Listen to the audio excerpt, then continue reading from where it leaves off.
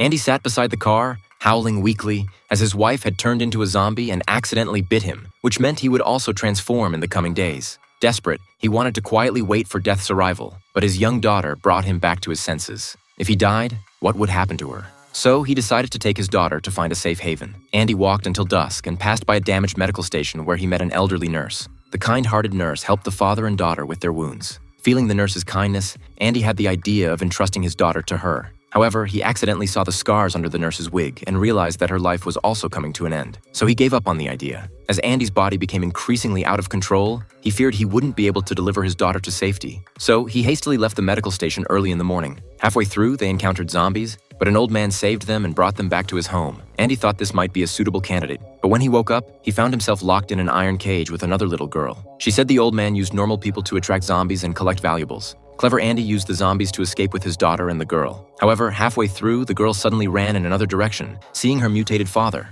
After her father transformed, the girl had been secretly finding food to feed him, but the tribespeople had eliminated him while she was away. The girl knelt on the ground, crying in pain. Andy comforted her and asked to take them back to the tribe. On the way, they met a kind family of 4 who had been infected with the virus. With little time left, they handed all their supplies to the girl. Andy left sadly, and then he heard a few gunshots behind him. Andy was in despair, but his daughter suddenly called out, "Dad!" Andy felt a tremendous strength. However, soon after, the zombie toxin spread throughout Andy's body. With the last shred of sanity, Andy thought of a good idea. He tied rotten flesh to a stick, bit on a piece of glass, and tied his hands with a rope. In this way, he carried on with a heavy burden. This was his last love for his daughter. A day later, they arrived at the tribe. The tribespeople were shocked to see them, moved by Andy's actions. The leader decided to take in Andy's daughter, not wanting Andy to suffer any longer. The girl quickly stopped them and sprayed Andy's wife's perfume into the air. The familiar scent made Andy react slightly. Even at the end of his life, Andy had not forgotten his wife and daughter. He collapsed, but he had completed a great mission. Finally, the tribespeople discovered a line of text on the girl's belly,